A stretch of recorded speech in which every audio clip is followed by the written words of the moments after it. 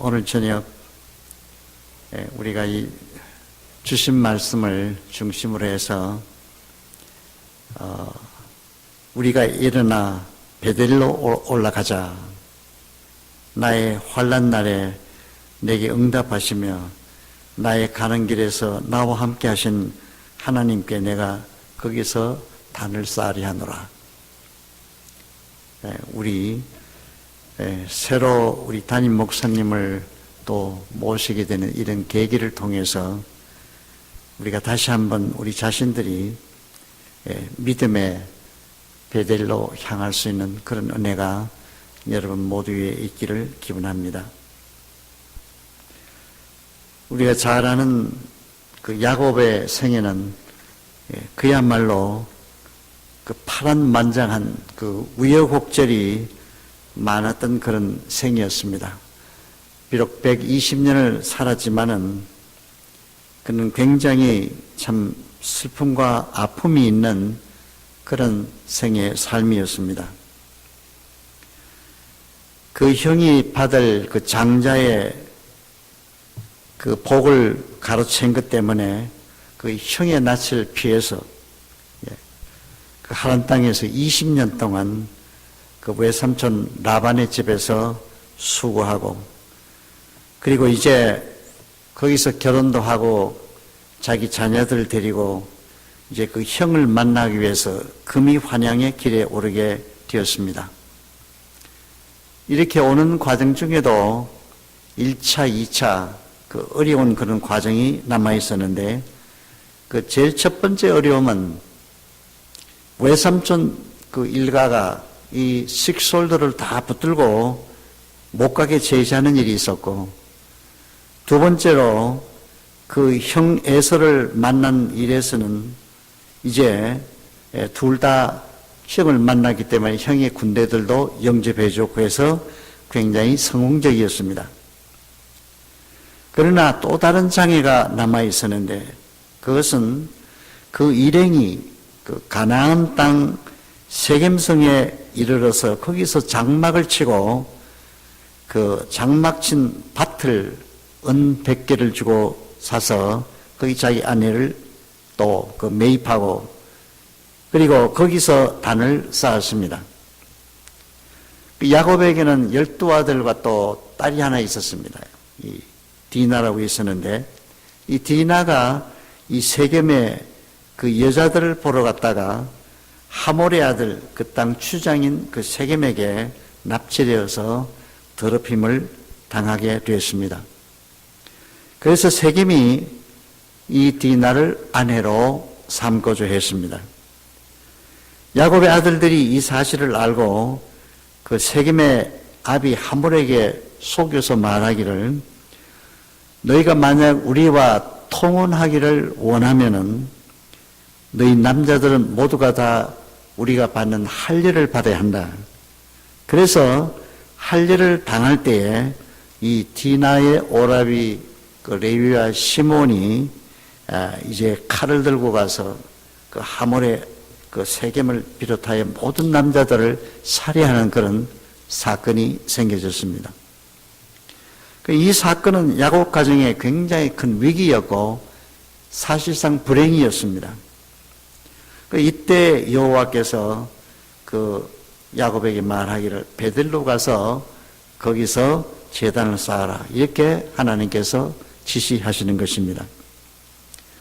그런데 성경에 보니까 그곳으로 갈 때에 하나님이 그 사면 그 고울들을 크게 두려워하게 했으므로 추격당하지 않고 베델에 무사히 도착했다. 오늘 이 성경 본문 말씀에서 이 하나님이 지시하신 사항을 이날 밤 같이 생각해 보고자 합니다. 왜 야곱이 세겜에서 실패했는가? 첫째는 무엇보다도 가정적으로 하나 있던 그 딸이 결국은 순결을 잃어버렸습니다. 그리고 그 결과로 아들들의 혈기는 마침내 그 사륙을 가져버렸습니다. 그 신앙적으로 실패했습니다. 결과적으로 그 함정에 빠지게 되고 이렇게 결국은 살인까지는 났는데 그 원인이 어디에 있었는가? 오늘 우리가 이런 의미로 영적 의미를 생각해 보고자 합니다. 이제 우리 여러분이 이제 그 목사님을 모실 수 있는 이런 우리가 이제 선거가 지났습니다만은 모든 위험이 지나갔다고 해서 방심하는 것은 절대 금물이라는 것입니다. 예. 우리가 겨우 정말 아슬아슬하게 우리 목사님을 모시는 그런 과정을 지금 통과했습니다. 그 야곱의 이 가족은 라반의 이 제주도 물리치고 에서의 군대에 맞춤도 받았지만은 이제는 더 이상의 어려움이 없을 것으로 그렇게 자만하고 있었습니다. 그래서 우리가 항상 그 성경이 깨어있으라는 말을 여러분, 이것을 항상 기억할 필요가 있습니다. 노아의 경우도 방주를 준비하고 또 홍수 심판에서 그 가족이 8 식구가 다 구원함을 받았습니다마는 그의 실패는 그 이후에 있는 것을 우리가 성경을 통해서 볼 수가 있습니다. 홍수 심판이 이제 지나갔다는 그 방심 때문에 그러하여금 이제 포도주를 마시고 벌거벗은 채 장막에 누워 있었습니다. 그 결과 함의 자손을 저주하는 그런 끔찍한 일들이 생겨나게 됩니다. 야곱도 처음 그 요단을 건널 때에는 그 손에 지팡이 하나만 가지고 건넜습니다. 이제는 그 처자식을 거느리고 짐승들과 함께 돌아오게 되었으니 얼마나 여러분 참 굉장히 성공적인 삶을 보여줄 수 있는 그런 기회입니다. 그래 고린도전서 10장 12절에는 선줄로 생각하는 자는 넘어질까 조심하라. 우리에게 그런 경고의 말씀을 가르쳐 줍니다. 사람이 성공했을 때 주의해야 하고 겸손해야 되는 이유가 바로 여기에 있습니다. 다윗의 경우도 보면은 예루살렘의 목동으로서 그 골리앗 장군을 치고 그리고 왕이 되었습니다. 천하의 이스라엘을 통일할 수 있는 그런 왕이 되었습니다. 그때 이 다윗이 단에서부터 부엘세바까지 인구조사를 실시했습니다. 예. 그래 자기의 성공과 힘을 과시한 결과 그 결과로 그 백성이 7만 명이 하나님의 징계를 받아서 다 죽게 되었습니다. 우리가 야곱의 경우도 여기 보니까 세겜이란 그 이방 도시의 풍물에 그 유혹을 당했습니다. 그 딸이 세겜 여인들을 보기 위해서 그 이제 말하자면은 그 세상 문화권을 보기로 나간 것입니다. 그러니까 하나님의 사람들이 이 신앙의 문화를 떠나서 이 세상적인 유혹, 예, 세상의 화려한 것, 세상의 아름다운 것, 예, 이것을 사랑하거나 이것을 위해서 마음을 빼앗겨서는 아니 된다는 그런 교훈이 여기에 나타나 있습니다. 아담과 이브 때도 이브도 따먹지 말라는 실과를 여러분 쳐다보고 유혹해서 따먹게 됩니다. 롯의 아내는 그 세상 이 소돔성의 그 미련을 그 버리지 못해서 뒤를 돌아보다가 그 소금 기둥이 되고 말았습니다. 베드로도 예수님 오라는 물리로 오라는 그 말을 듣고 걸어갔지만은 그 바람을 보고 역시 물에 빠졌습니다. 바울은 말하기를 자기는 예수님만 바라보고 경주한다 그렇게 말했어요.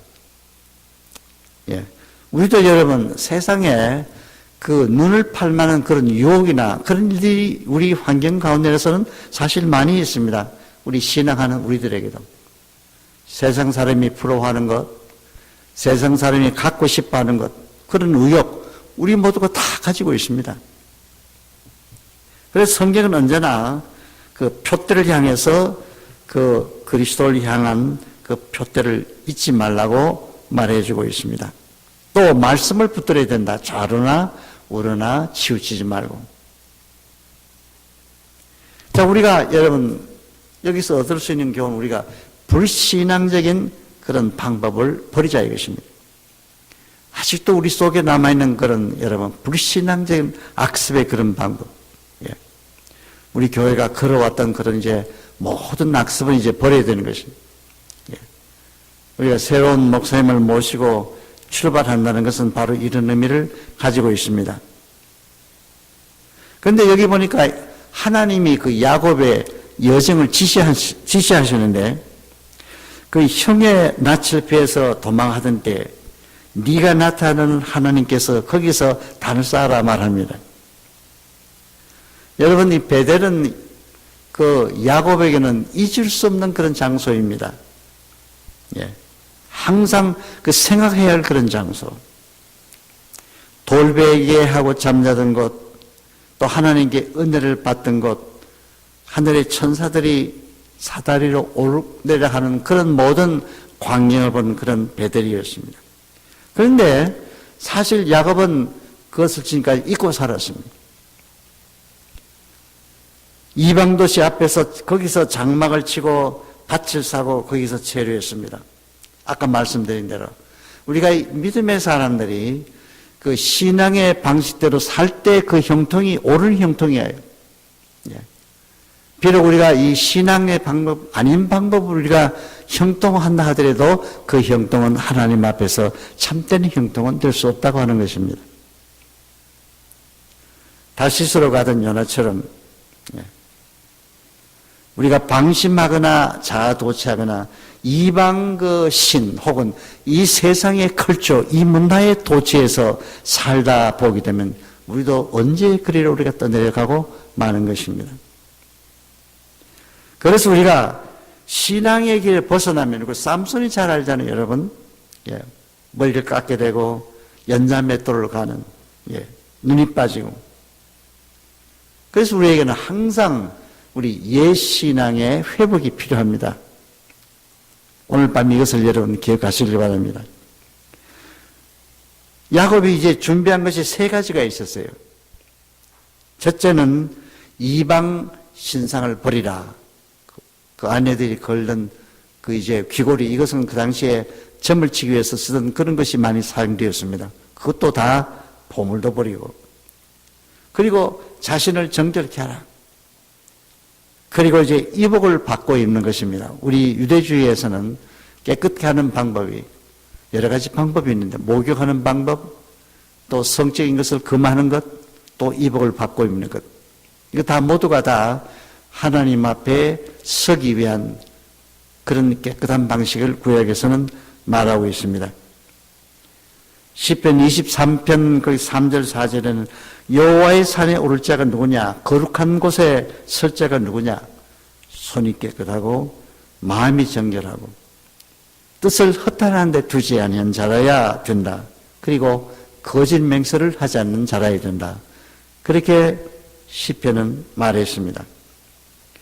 다시 말하면 여기 이방 신상을 버린다는 것은 그들의 이 불신앙의 죄를 지금 던진다는 것입니다. 오늘 우리 심령 가운데 여러분, 이런 것들이 우리 속에 있으면 이걸 버려야 돼요. 예. 불신앙적인 요소, 악습, 예. 남을 헛다는 그런 궤변들, 우리 다 버려야 되는 것입니다. 이런 것들이 자리 잡고 있으면 하나님의 축복이 우리에게 올 수가 없습니다. 그래서 우리는 하나님께서 하지 말라는 걸 하지 말아야 되는 것이고, 하나님께서 명한 것을 우리가 순종해야 되는 것입니다.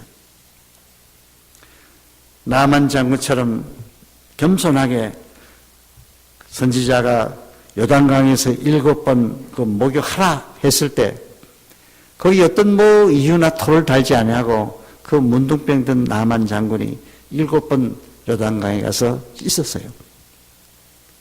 우리 과학적으로 증명되지 않지만은 성경에는 그러나 깨끗이 됐다, 이렇게 말씀해 주고 있습니다.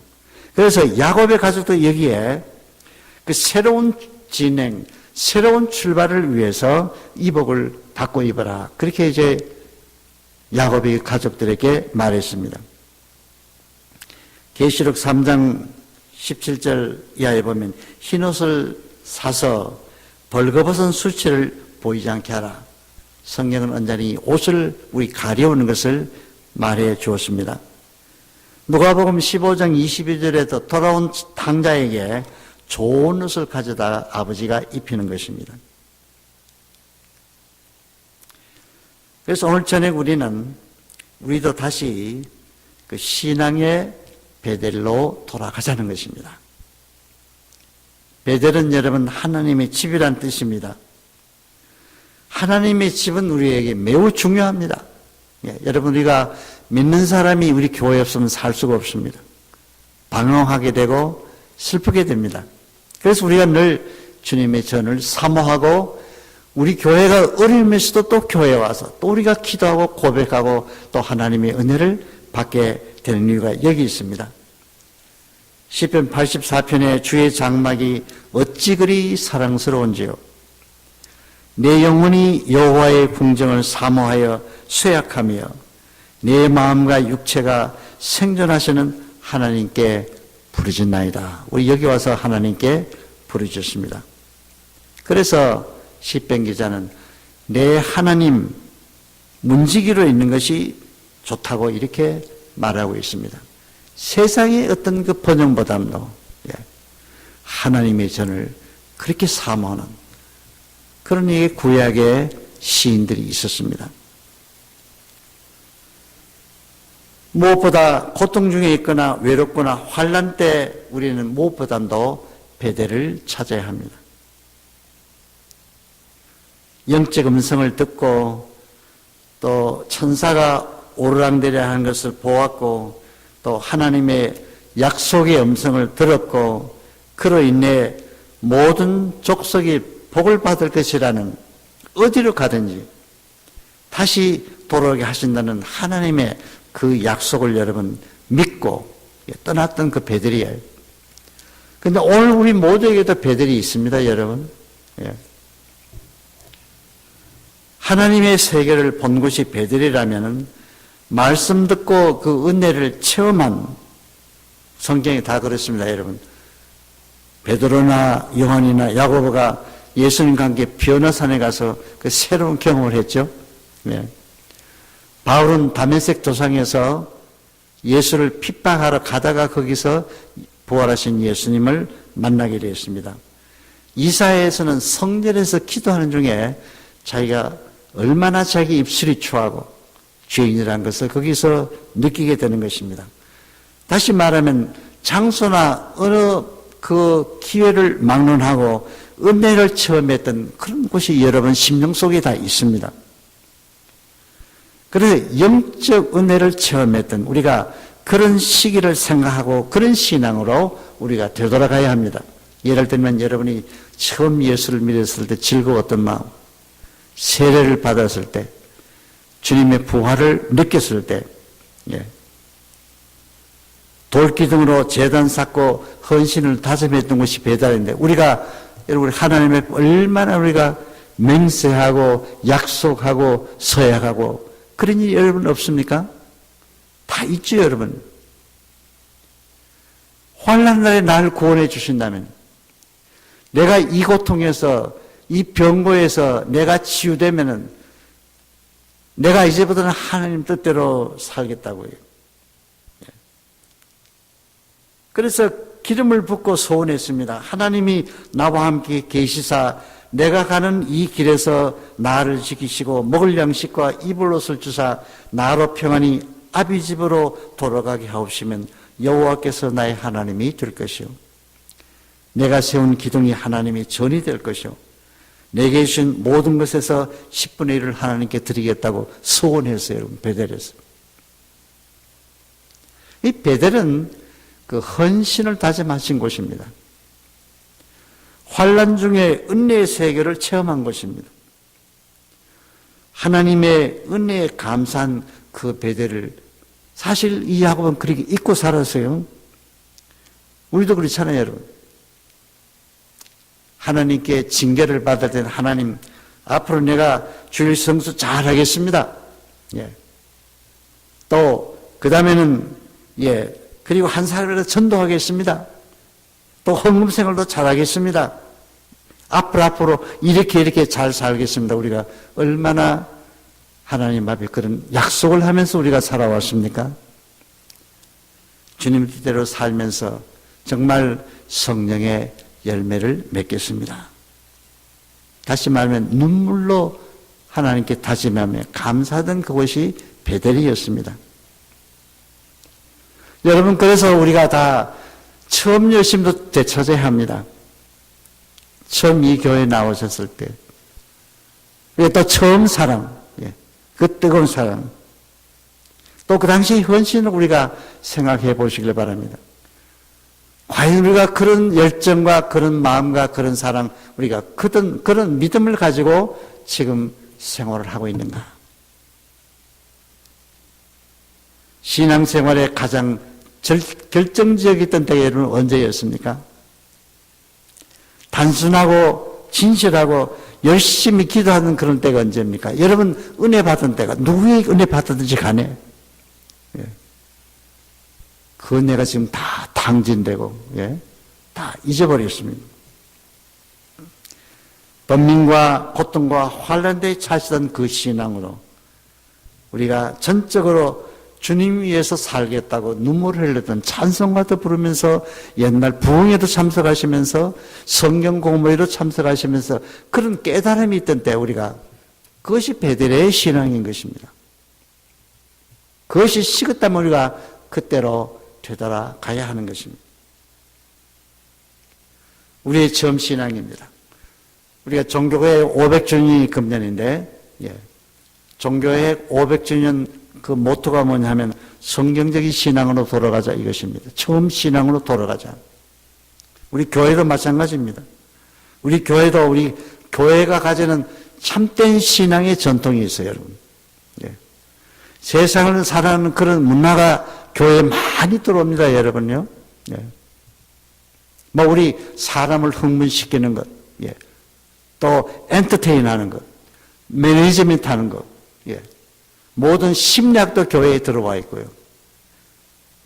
사람을 잡는 그런 기술도 우리 교회에 많이 들어옵니다. 그러나 우리의 신앙적인 전통은 우리가 하나님의 말씀을 붙들고 살아가는 것이 우리의 신앙의 전통입니다. 그래 우리가 실패했을 때에도 깊은 절망의 수렁에 빠져 있을 때도 또 우리가 다시 이 소금의 맛을 되찾기 위해서도 우리는 더욱더 주님에게로 나가야 하는 것입니다. 야곱이 돌베개 배고자 같이 주님을 더 가까이 하는 그런 마음. 여기에 참길이 있습니다, 여러분. 우리 신앙의 베델. 각자 여러분에게 믿음을 북돋아 줬던 그 시간들을 회상하면서 다시 한번 우리의 처음 출발, 처음 사랑, 처음 열정, 주님을 처음 믿을 때 우리는 더 잘 믿어야겠다. 바라기는 우리 5월 말쯤 아마 우리 목사님 우리 교회 오실 것 같아요. 6월 첫 주부터 아마 이 단에 서게 되실 것입니다. 뭐 여러분 어떻게 하시겠어요?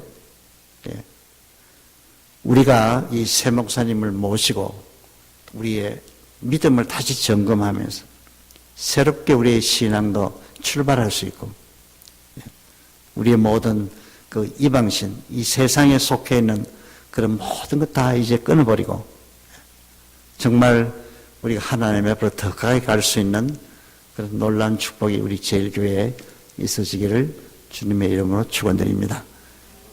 다 같이 우리 기도.